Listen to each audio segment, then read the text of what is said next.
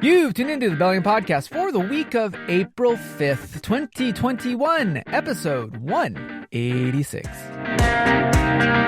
From that spring has sprung city by the Salish Sea, I'm AJ Barsay. And with a full tummy of peeps from Easter, I am Chris Powell. On this episode, AJ and I are going to do what we do best. We're going to go first. In this case, we're going to talk about a different way to approach email that you may not be aware of, and a different way to host a website without getting hacked in a lot of cases. Won't you join us in this conversation post-Easter? This, dear friends and listeners, is the Bellingham Podcast.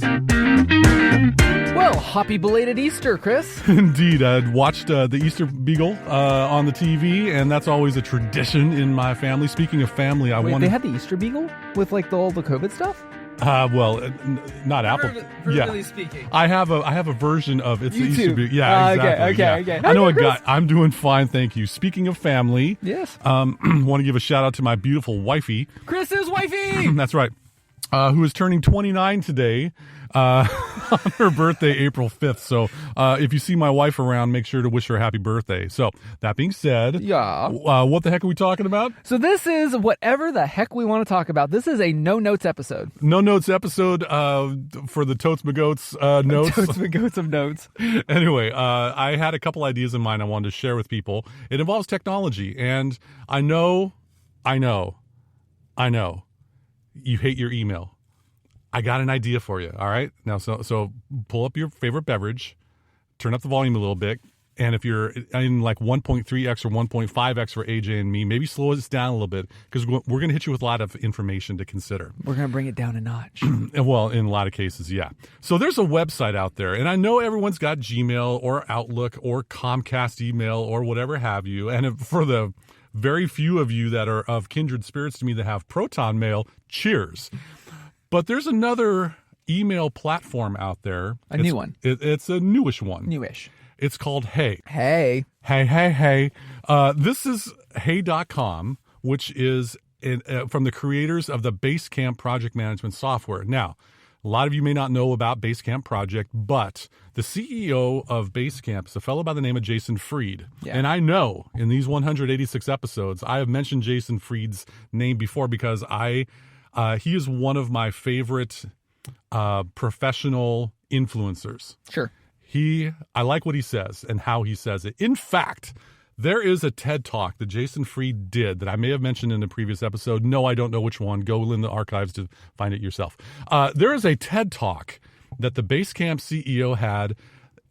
It's called Why Work Doesn't Happen at Work. Oh, yeah. I've seen that one. And the gist of this TED Talk is how he's lamenting the proclivity of managers in meetings.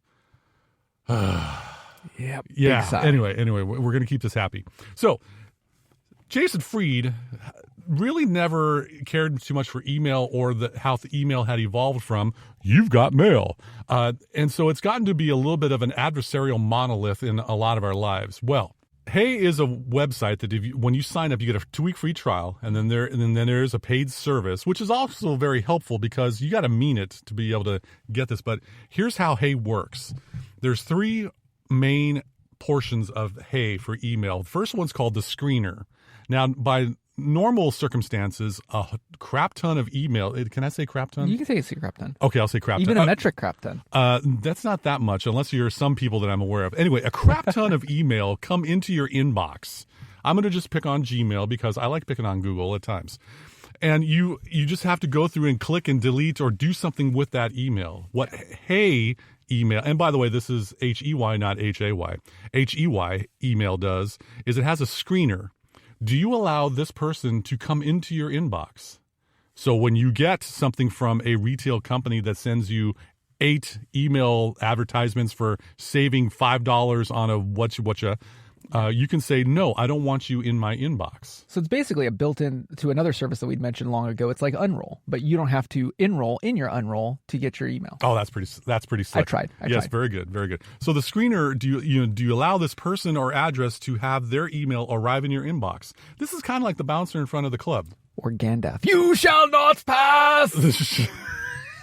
Something like that for many spam emails. The second part of Hey email is called the feed.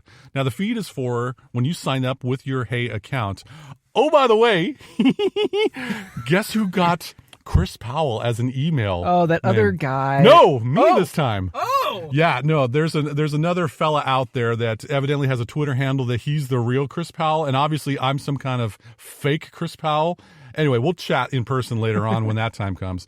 But anyway. Fake Chris Powell. Yeah. Anyway, I got Chris Powell at hey.com. So for the four of you that are listening out there, you want to shoot me an email. Now you got a way to get to me. Oh. Anyway. Easter egg. If you decide. Easter egg. No, that's your medication's wearing off now. I tried. Yeah, all right. The feed is for promotional emails or newsletters, that you would sign up for that you still want to receive emails from, but it's got another section called the feed because it's recognizing which is an email and which is a, hey, Chris, I really like your show. I want to give you $12,000 just as a gift for all the happiness and mirth you've given in my life. That's a personal email that I would gladly have on my screener coming in. Anyway, so that's a feed. And then the paper trail, if you use your hey.com email address, when you make a purchase online to an online site, it recognizes invoice, order confirmation, blah, blah, blah, and it will place it in that category. So it's basically taking on Shop, which is made by Shopify that does the same thing, but it's all-inclusive as opposed to having it sign into your inbox. It's just part of your inbox. I'm a fan of inclusion. Anyway, those are three really nice aspects of how Hey works, and I'm thoroughly familiar with how Gmail by default has these little categories. The tabs for promotions and social and priority or whatever they're deciding this week. They never work.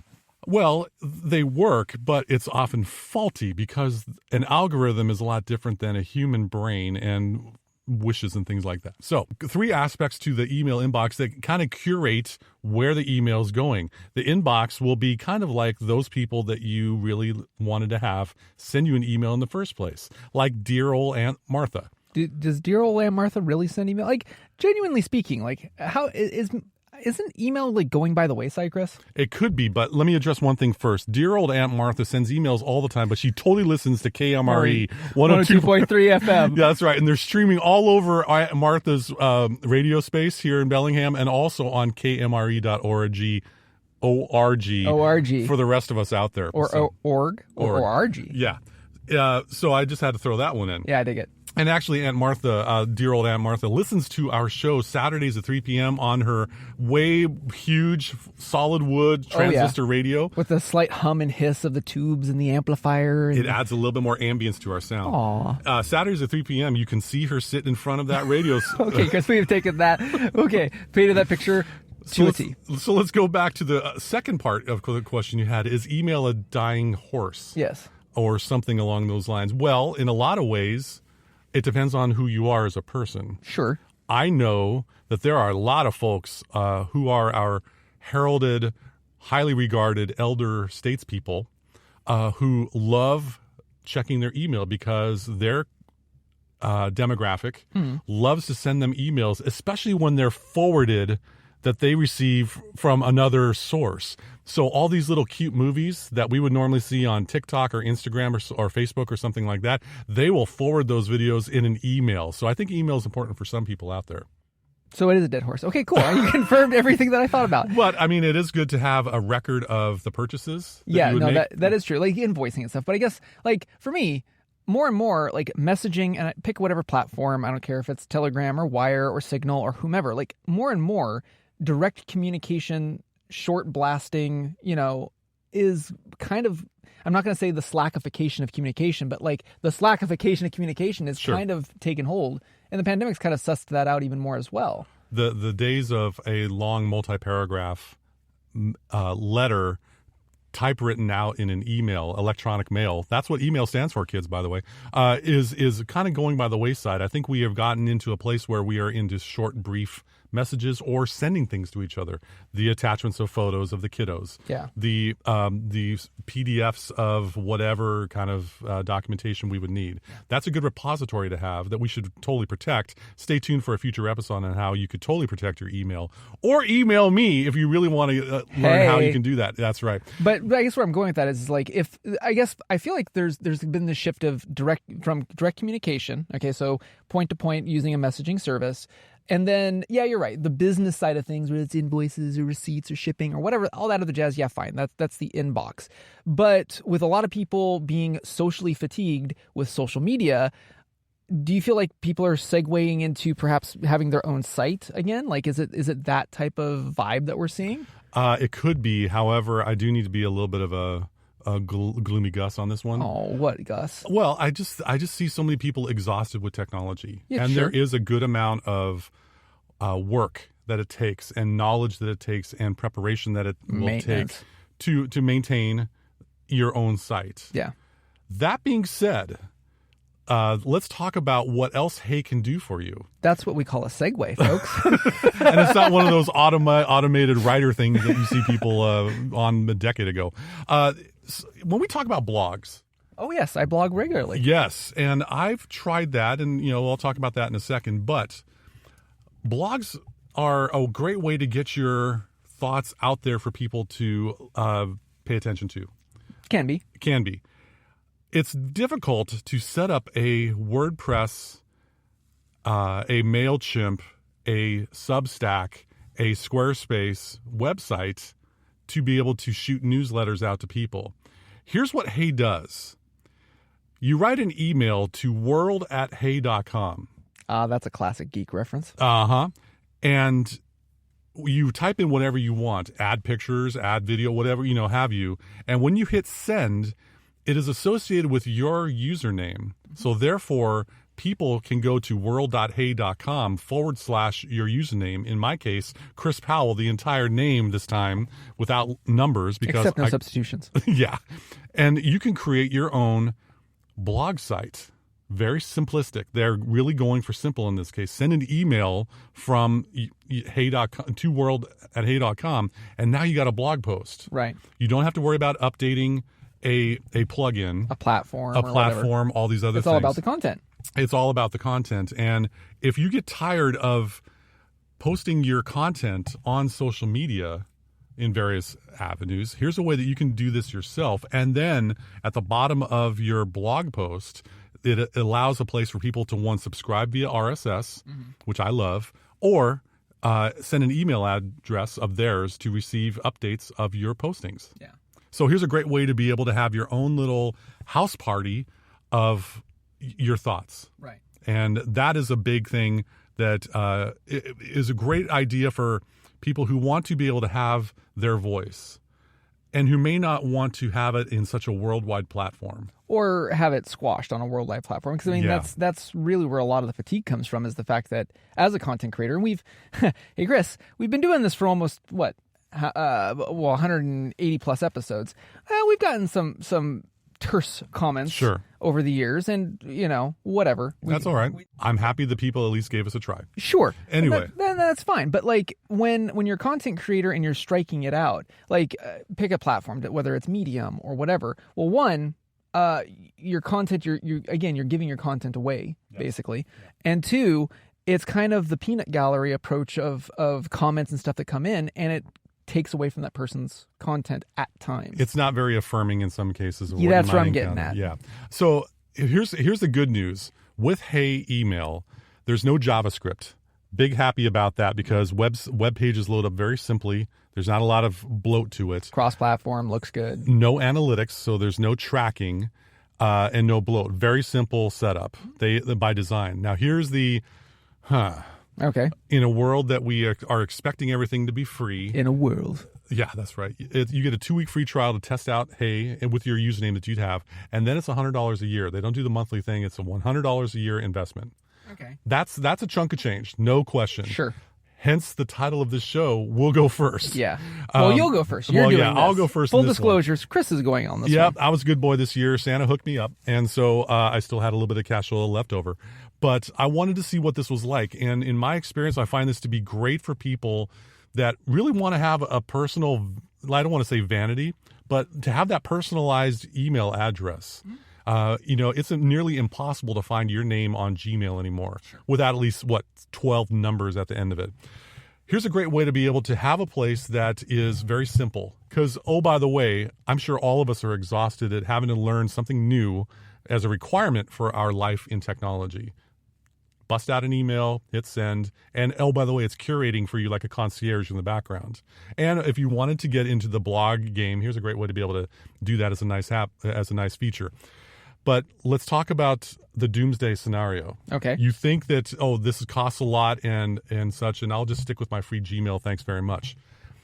What if Google decided to either monetize, charge for email for their service, or eliminate it altogether? Yeah, I know that seems like a fat chance, Chris. That ain't going to happen. But way back in the day, Google had a product called Google Reader. Mm-hmm. It revolutionized RSS feeds, and it had a beautiful interface, and it was wonderful to be able to just pop in and see the headlines and such. And without much warning, Google just killed it. They eliminated it, and all this diaspora. And then I heard a sudden disruption in the force of tens of millions of people with RSS feeds going, oh no, Google Reader's leaving. Anyway, it's a decent shot that Microsoft may end MSN, may end Hotmail, may end Outlook, because for various reasons. Monetization. They want to make money out of this instead of giving away a free product. Well, if you're going to be headed in that direction where you're thinking, all right, if I got to pay for money for something, why not have it in this simplistic format in which the creators of this seem to have their hearts in the right place, as opposed to trying to blast you with advertisements to make money off of you? Is there advertisements on the platform? Absolutely not. Okay. So that's kind of where, you have a choice to make. I'm a fan of it, and I'll shoot straight with you. I'm a pretty private, personal person. I don't really have a blog of what I'm writing yet, because I know that this is going to be a public internet-facing thing. I've already talked ad nauseum about technology, and there's people out there that do this so much better than I do. Sure. I've dipped my toe in the quiet conversations of exploring vulnerability in growing up as a gentleman in today's society. I don't know if I'm there yet, but I know that there are people that do have something to say. Yeah. And wouldn't this be a great way to be able to, oh, by the way, you have a newborn on the way.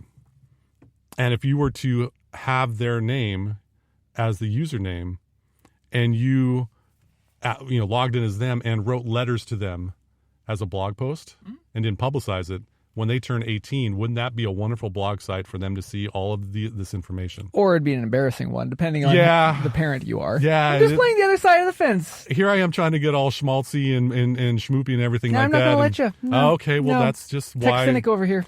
I'm okay with that, and that's why the diversity of the Bellingham podcast has existed for all this time. So I've enjoyed Hey. Maybe you should check it out sometime as well. Cool. There's something else that you've been working on also in this whole kind of, shall we call this the indie tech sphere? How about DIY tech? DIY tech. DIYT. Yes. No relation to Michael Jackson's PYT. Pretty young thing from the 80s Thriller album. Yes. All right, cool. Yeah, I know you're a decade younger than me. That wasn't in your heyday, but anyway. Let's talk about... That was a horrible segue. That's what we call a unplanned segue. Yeah, we're looking at each other going, how are we going to get out of this? In talking about making a website, and, we have... If you ever wanted to have a website where you had information, an online portfolio, something which is your little curated corner of the internet, and I'm not talking about a LinkedIn profile or your Facebook profile or something else. Yeah, stop doing that. Stop doing that. Exactly. There's been a opportunity out there since 2013. It's been active for 8 years and is still under heavy development. Yeah. There's a website called Blot, B-L-O-T, kind of like what ladies do with their lipstick. Blot.im. That is the website. I don't know if you need to add a www. I don't think so. I think it'll resolve. Just type in blot.im as in magnificent. It's a blogging platform with no interface. Huh? Well, let me explain. It turns a folder into a website. It gives you access to a bunch of tools and you can populate content with a text editor, such as Word, such as Google Docs, such as a Markdown editor if you're a nerd like AJ and me. These files and folders, which comprise this website via Blot's technology, can be stored in a Dropbox account or a Git repository. Yeah. Now, as we're thinking about websites, if you wanted to have a simple website, and oh, by the way, I do, hold that thought, folks. You can get a free 2 gigabyte Dropbox account, connect Blot.im with your Dropbox, folder space. And anytime you put in a .doc file, hi guys, I just wanted to, test this out, and share that in or put that into this folder, it shall become a blog post. You can add text files, markdown files, PNG, JPEGs, GIFs, animated or static, docx's, and even HTML files can all become blog posts. And they also have a decent selection of themes. I think this is a great opportunity for people to just be able to upload content, create content, add it to Dropbox, and it's near immediate publication without having to worry about a database getting hacked. Yeah. A username or password getting hacked. And we'll talk about your Dropbox account getting hacked. That's one thing. But if you're trying to hack a certain website, they're probably not going to be able to do that unless they get access to the Dropbox thing. Mm-hmm. That's in case WordPress, and I'll throw WordPress under the, as an example. Sure. 1 in 4, 1 in 5 websites around the internet use WordPress. I think it is a quarter. A large amount. Yeah. So let's just say Doomsday scenario, and I like Doomsday scenarios in this episode. I'm more of a Mad Max scenario, but that's there okay. You go. WordPress gets hacked. And whoever downloads that database of all the usernames and passwords and things like that, you don't have to worry about this with Blot. Yeah, because it's just it's going back to the old school of the internet where it's just a static site that's being hosted. Static site generator. Now, there is one caveat to this. Yes. If you're doing this for in a professional sense where you have a lot of traffic, this might get kiboshed because it could be. Dropbox has a limit to how much bandwidth a single file can be served. 1 terabyte. Yeah. And so if you are thinking, let's see, well, hi, Microsoft. You want to be able to go away from your blogging platform and choose Blot, ain't going to happen. Yeah. But for the rest of us, if you're just doing the newsletter approach of blogging, sure, or at least a little bit of here's a page of some information and such, or if you happen to be a freelance consultant, kind of like one who may be in technology, you could go to my site, chrispowell.co. That other guy took my .com. We've already discussed this in the past. But anyway. It's a sore subject, folks. Please don't email me about it. He's hurt. He's hurting inside. But I'm working on the healing process. If you go to chrispowell.co and hit enter, you will see an example of a Blot website. I took my domain, and for $4 a month, I connected my domain to this Dropbox site, and I have 5 pages that are pretty static. I don't need to have a whole lot of updated information, but I also have been working on creating blog sites to have updated content. It's pretty slick and pretty immediate too. If you just want to have some place to have a website, hey, college students looking for that first job, wouldn't it be great to put on your resume a personal or a professional website of all list of your accomplishments? As everyone should. Exactly. Hey, people that are wanting to end their current state of employment and go work somewhere else, as you're polishing up your resume, why not have a website that is easy to maintain? There's a lot of videos that explain the process on Blot.im's website. Do I sound like an infomercial, AJ? Chris Powell is not an endorser or ambassador nor sponsor of Blot and or subsequent subsidiaries and or hey.com. Right, but I threw down on the money for it. Yes, this is just you giving an unbiased review of something that you think is really cool. And it's my dang podcast, and so I'm going to talk about it. Word. Right. So anyway, I think those two technology options gives you a chance to rethink what you could do with the internet and how you are approaching your online life with all your accounts and stuff like that. Preach. Yes, indeed. All right. I think we've babbled about tech long enough. Let's talk about what else be going on. AJ, I have been totally hogging this episode. What the heck are you doing? So bulk of me, this is all good, Chris, but for me, I'm still thoroughly in WordPress's camp. Sure. I mean, look, all of this is really good if you're trying to start kind of the dirt bagging of Are you calling me a dirtbag? No, dirt bagging as in you are an avid adventurer from mountains and you're keeping it to the bare essentials of your sleeping bag and the ground you sleep on to go summit a mountain. This is the dirt bagging of doing the internet and stuff. But for somebody like me who is doing a lot of content in a lot of different ways, it pays to have a more robust platform with those plugins and tools and know a little bit of geekery to do the maintenance of that. You better not be calling me a dirtbag. I'm not calling you a dirtbag. Okay, all All right. I've never heard that term before. But anyway, yes, this may not, your mileage may vary. This may not apply to everyone, but there may be a couple folks out there listening that's like, yeah, I want to check something out. I want to do that, but they're not as robust as your site. No. So for longtime listeners of the Bellingham podcast, you may remember an episode. This is actually kind of a throwback episode for us, Chris. If you remember, we used to talk about things like Pistachio.io, which used to take an Evernote account and do the same thing that the Dropbox does. Yep. Oh, yeah. So that is an analog fast forward like 3 years. Or Subtle or Subtle. SVBTLE. Oh, man, I hate, and they're still around, by the way. Subtle's still around. But again, these are just other options and opportunities so that if you want to tinker on a lower price, because I will admit, like whether that be Squarespace or WordPress or Wix or Weebly, please don't. Those platforms, robust as they are, do cost a lot more long term. Yeah. And if you don't need those functions, like you're saying, Chris, if you're just doing a simple mailer, it is kind of difficult to do a MailChimp or their smaller one, Tiny Letter. Oh yeah, I did that for a while. Yeah. Tiny Letter is another, and that's free too, but it's built off of the whole MailChimp platform and such. Like this is just a way that in this post-pandemic, or better yet, like if you're using a way to document like we had mentioned several episodes back, how is one documenting their triumphs and tribulations of this pandemic era they're in? And they don't want to do it through the socials because social has been a bit of a dumpster fire. Yep. This is a way that you can still, promote concepts or ideas or stuff that you're doing. And have a voice. So that's all good stuff. I think we should stick a fork in this technological episode. I would agree with that. I think it's about time. Okay. That wraps up for this technological edition of the Bellingham podcast. Thank you again so much for listening to us, rating us, reviewing us, wherever you like to get our podcast. Just be nice about it. And if you're in the Bellingham area, you might be listening to us on KMRE 102.3 FM. They are community powered and streaming all over the net at kmre.org. And on that note, I want to go grab some sunscreen. I'm AJ Barcay. And I'm Chris Powell. Thanks very much for joining us on the Bellingham podcast.